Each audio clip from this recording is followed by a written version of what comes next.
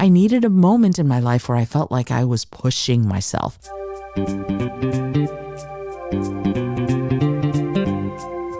Hello and welcome to the Creative Solutions Podcast. I'm your host, Izolda Trachtenberg. Whether you're writing the first sentence of a story or solving the climate crisis, you need to think in new ways. On the show, I interview peak performers who are coming up with those creative solutions. Through creativity, action, inspiration, and innovation, they're changing the world. I also bring you ideas and techniques that you can use to unlock your potential to do the same. And now, let's get to the show.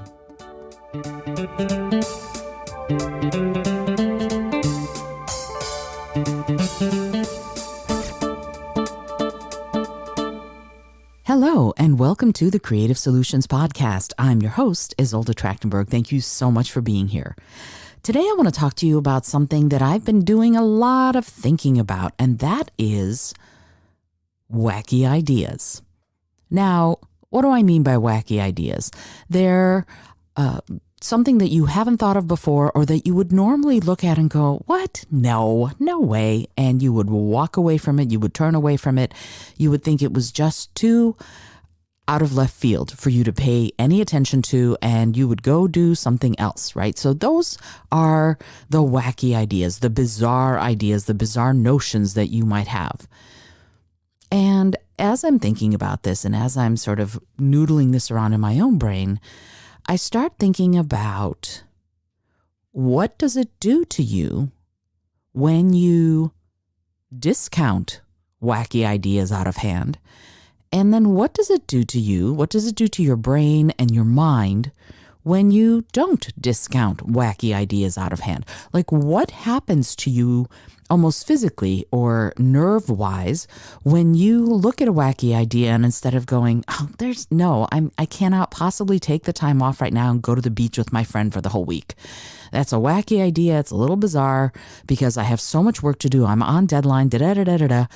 What if instead you went, wait a minute, is there a way for me to do this? So you don't discount the idea out of hand. You let it percolate. You go, okay, so maybe today isn't the day that I'm going to go drop everything and go down to the ocean with a friend of mine, but maybe next week or maybe the week after that. But I'm going to, instead of going no way, start thinking about, okay, what could I do? How could I get this? And what's more important is, what might I be missing in my day, in my life, if this kind of wacky idea is bubbling up out of my subconscious, right?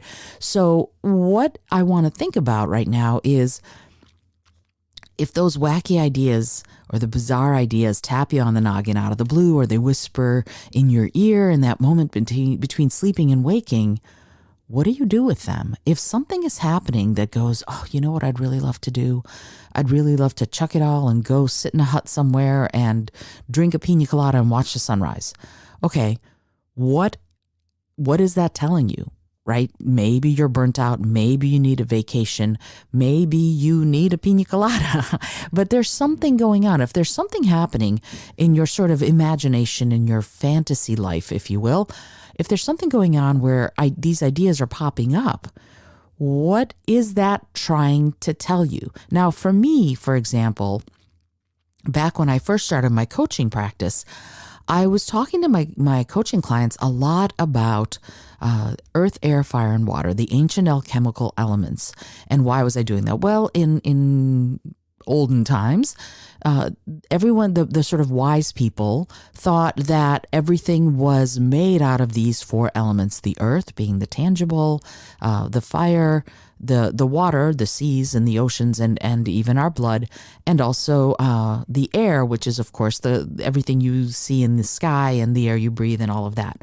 And so they really believed that everything was made up out of these four elements. Now, of course, we know that there's way more elements than that, and minerals and things like that, but that's not what I'm talking about. I'm talking about this ancient belief that these elements comprise everything. So I ended up thinking about that so much that I wrote a book on this thought called life elements. And why is that important? It's important because I'm not just talking out of my hat here about earth, air, fire, and water. The ancient system of Ayurveda looks at those elements also, right, as a way of categorizing different kinds of people. Chinese medicine, Tai Chi, Qigong, acupuncture also looks at elements. Now, their elements are slightly different, but it's still looking at that sort of what is the breakdown of those elements that are the foundation of everything we have ever known and everything we've ever seen. And so I went, okay, let me think about it. And it was bizarre to think, well, what could I do about this? These are ancient 5,000-year-old systems. Why am I trying to sort of put my stamp on it? And I went, you know what if I didn't? What if I didn't just go, oh, well, wiser people than I am have done this before. What am I talking about? But here's the thing. One of the things that I realized when I was talking to my coaching clients was that a lot of these systems that I mentioned just now talk to you about the elements, but what they say is what you are, and never shall it change. And I went, well, wait a minute. I think that people grow and change, and I think we can change. And so in this life element system that I developed in the book, I went, okay, what if you are someone who is very much an overthinker? You overthink everything, and you cannot make decisions because you're think. Well, you might be very high in air. That's the descriptor for the air element. Okay. So what you might need is a little bit more fire, which is that take action, decisive, let's get it done, and actually doing it. So is there a way to build up that fire element in a person who's very much an overthinker? The same thing can be said for what if you are very, very much, let's say, a homebody, right? You are just sedentary. You don't get up. You don't do things that you even want to do, but you're just so set in your ways that that's it. Well, you also might need some fire, some of that take charge, go get it done kind of energy. And is there a way to build up some of that fire energy? Well, I came up with these missions and meditations to enable you to do just that. The same thing can be said for what if you are someone who is emotionally you're very quick, right? Your emotions go from 0 to 60 in no time at all. You might need a little bit of earth energy, right? You might need to sort of chill out and get a little bit more stable, a little bit more secure, and a little bit more what they call grounded. Now, grounded does sound like calm and stable and everything is okay. So you might need to build up some of that earth energy. And so I went, okay, you know what? I'm going to write this book and I'm going to talk about all the things that you need to do in order to be well-rounded. And that's what the book Life Elements is all about. But when I first started thinking about all of this, I was very heavily into acupuncture and acupressure and really looking at the elements and how this modality of ancient medicine looks at the elements. And as I said, I kept going, well, I have my own spin on this. And I went, well, that's bizarre that I want to put my own spin on it because there's 5,000 years of data on this. Who am I? Who do I think I am to do this? And then I went, you know what? I'm going to try. So what if I did? What if I wrote a book? And I ended up writing a book. And in the book there, I developed a 100 question assessment that sort of lets you, as you answer those questions, it lets you really figure out which one of those elements you are. Are you more a thinker? Are you more an emotional person? Are you more quick to act? Are you more stable and centered? And then do you have imbalances in this? Instead of being just someone who is meticulous and very much logical and reasoned, you have to look at things from every direction, and so much that you have trouble making a decision and taking any sort of action. So the first one, being meticulous, being logical, being well-reasoned, being step-by-step and very intelligent about it, that's air element. But as soon as you go into this other place of, I can never make a decision, well, there's an imbalance there. And so what if you were to do some of these missions and meditations to correct for that imbalance? And there are ways to do that so that you eventually end up completely well-rounded so that when you need to think things through, you can, so that when you need to feel things and know your emotions and be able to name them and feel them and really work through them, that's water. What if you need to act when the time is right? That's fire. And then what if you need to be able to get back to that grounded place? Well, that's earth, right? And in the moment when I was writing the book, and it took a long time because I spent a lot of time doing research and a lot of time working with my clients to see how some of these ideas worked and what I needed to modify. If I had never done that, I would have sort of sat there and gone, well, I have these ideas and these thoughts, but they're just bizarre. And who am I to presume to talk about this in any way that is substantive and functional? And if I had done that, if I had capitulated to those thoughts instead of going, what if I did? What if I wrote a book? Then the book would never exist. And this entire system of concretely and absolutely being able to work on yourself in this way wouldn't exist, right? This is a substantive method that I developed that has worked for many, many people. And I still get emails from people, even though the book came out in 2008, people still contact me and say, I used the book, I developed my own system for this, and I love it. And I feel like when I need to act, I act. When I need to chill, I chill. When I need to think things through, I can do that. When I need to know my emotions and get in touch with them, I can do that too. I'm so glad that I sort of used the system that Life Elements described in order to do that. I just realized it sounds like a big commercial for Life Elements. It's not, though. What it is going, okay, I didn't discount the idea. I didn't go, well, this idea is too wacky and bizarre. There's no way I can do it. Instead, I went, what if I did? What if I wrote this book? What if I took this on? And that's sort of what I want to say to you.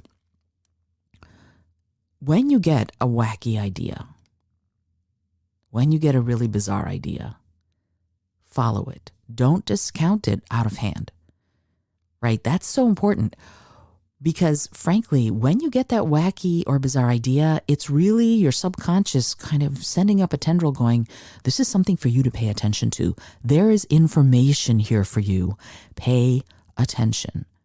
And frankly, every time I've ever gotten a wacky and bizarre idea and I've paid attention, it's led me somewhere wonderful. So I'm here to tell you, I'm not saying if the idea is to go jump off a bridge that you go jump off a bridge, but hey, maybe what you can do is go skydiving or bungee jumping, or realize that maybe your life has gotten a little too safe for you. And are there some regulated risks, taking account for the fact that you don't want to put yourself in danger, but maybe you want to shake things up a little bit. If you're getting ideas like I did for my 43rd birthday, you know what? I'm going to go skydiving. And my poor husband, who's got a fear of heights, went, okay, I guess we're going skydiving. But I really wanted to shake things up and I really wanted to feel on the edge. And I didn't do it by myself. I had someone in tandem behind me who is the person who pulled the chute and all of that. But I did it. I went skydiving, and the same thing for scuba diving. I needed a moment in my life where I felt like I was pushing myself. And that's how I push myself. I go, I'm going to go skydiving. I'm going to go scuba diving. I'm going to learn how to do X, whatever X is. I'm going to learn how to ride motorcycles. These are all things I've done as part of wanting to shake things up, as part of wanting to keep my life being an exploration. Now that's me. You might have a completely different way of doing things, but if the wacky idea takes you, I say follow it. And remember, sometimes you claim the prize. Sometimes you learn the lesson. Either way, you win in the end, right? That's another way of looking at this. Even if you try the idea and it doesn't work, well, you learn something. You have more information now. But I'm willing to bet that if this happens, that there is some information for you to glean from the wacky, bizarre idea. And you know me, I'm always about building awareness and then doing the assessment on what it all means. So that's part of this. And maybe in a future episode, I'll detail some of that for you. But really, this is about the psychology of not discounting the subconscious's notions. The tendrils that your subconscious sends up are something that you are well, I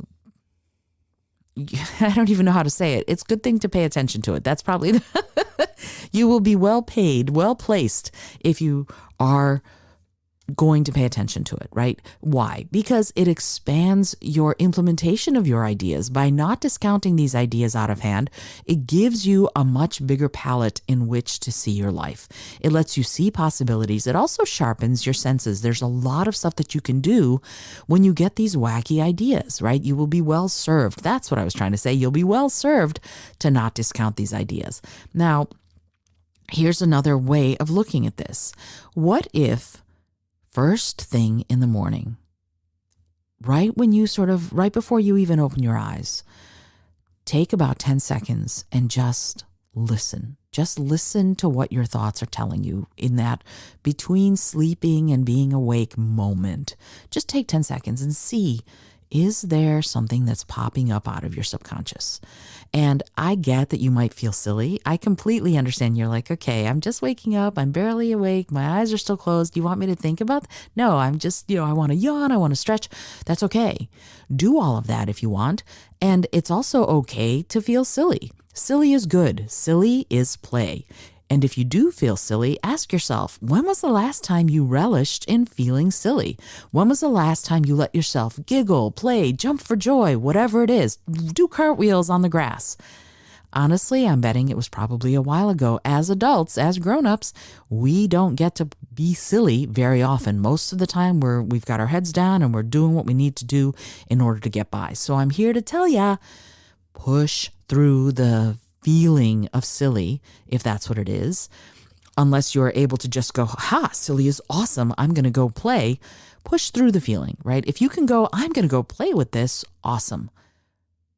But if you're going, oh, this is ridiculous, push past the ridiculous feeling. Push past the, I feel stupid.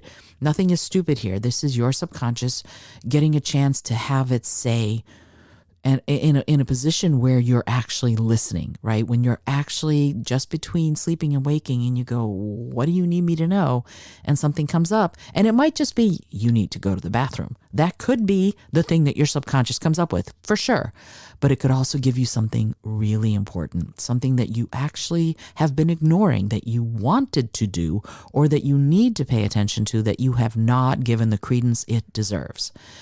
So that's one. The other thing is, I want to invite you to start seeing what happens when you play with the words, what if, right? What if I, whatever it is, what if, blah, blah, blah.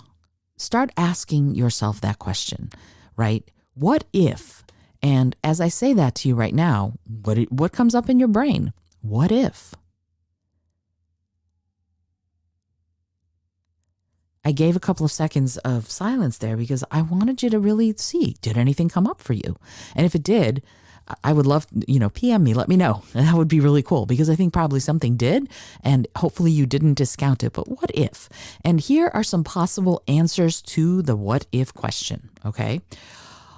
What if I played hooky from work? That's one, sure. What if I took out my old sketchbook? What if I had my favorite childhood cereal for dinner? What if I wrote a poem today?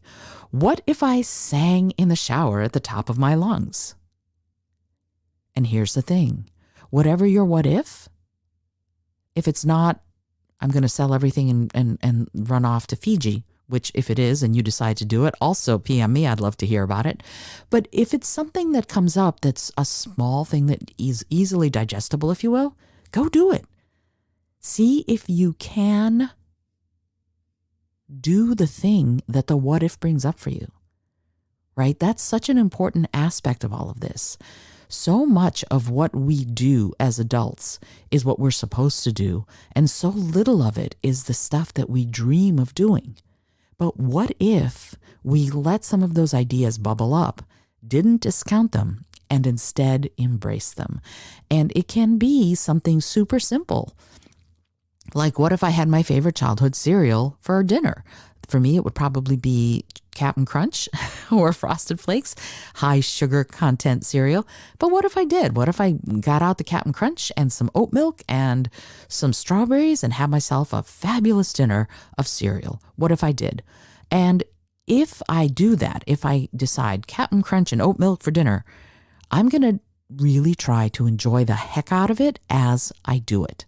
That's the other piece of this. Release all guilt for the cereal for dinner, or finding your old sketchbook, or writing a poem and taking the time to do it, right? Nothing is so urgent that you can't take 2 minutes out to jot down a haiku, or sketch out a sketch, or sing a song while you're cooking dinner, right? You can be doing a lot of these things while you also implement the idea, the what if idea.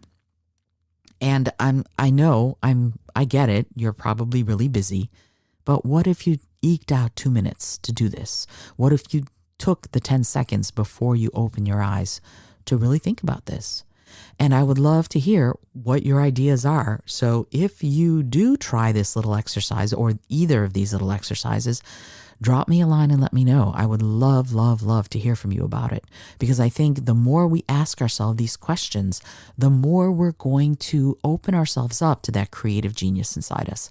And you know how I feel about creativity. I think creativity and creative solutions are what's going to save us, right? We need to think creatively about all the big problems we have, all the huge challenges we're facing, because what we're doing right now, it either isn't working or it's not working fast enough. So we're going to need to roll up our sleeves and really get creative with how we do some of these things, how we implement some of these radically ingenious solutions. And if you're one of the people who's going to do it for us and with us, I salute you.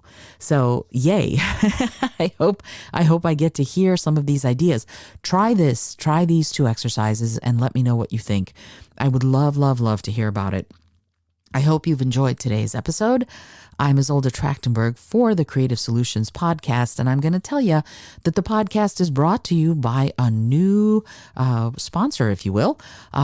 As always, Brain FM, which is my favorite app that I use every single day to meditate, to open up my creativity, to focus, I just did the 1099 forms for the contractors I hire, and I use that to stay focused and be able to do it without mistakes. Yay, which is a huge thing for me because that's one of my challenges in life. It's also brought to you by my book, Life Elements. Absolutely. Today, Life Elements is in the house, if you will, and I'm going to put the cover of the book not drawn, but created by my wonderful friend Alex Bradley, who is amazing. He's a cartoonist and does animator in Hollywood. He's incredible, and he very graciously did the cover for Life Elements many, many years ago. And I'm going to put a link to his page. He does a wonderful comic called Miskatonic You, and it's really cool. I'm going to put a link to his page on that in the show notes. And last but not least, this episode is brought to you by Podbean, which is my podcasting host.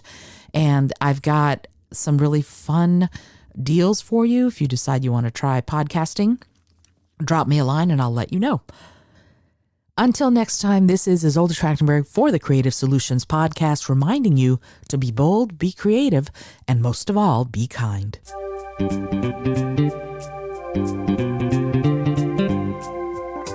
Thank you so much for joining me today. I really appreciate you being here. Please subscribe to the podcast if you're new, and it would mean the world to me if you told a friend about it. Today's episode was produced by Izolda Trachtenberg and is copyright 2023. As always, please remember this is for educational and entertainment purposes only. Past performance does not guarantee future results, although we can always hope. Until next time, keep living what you believe in.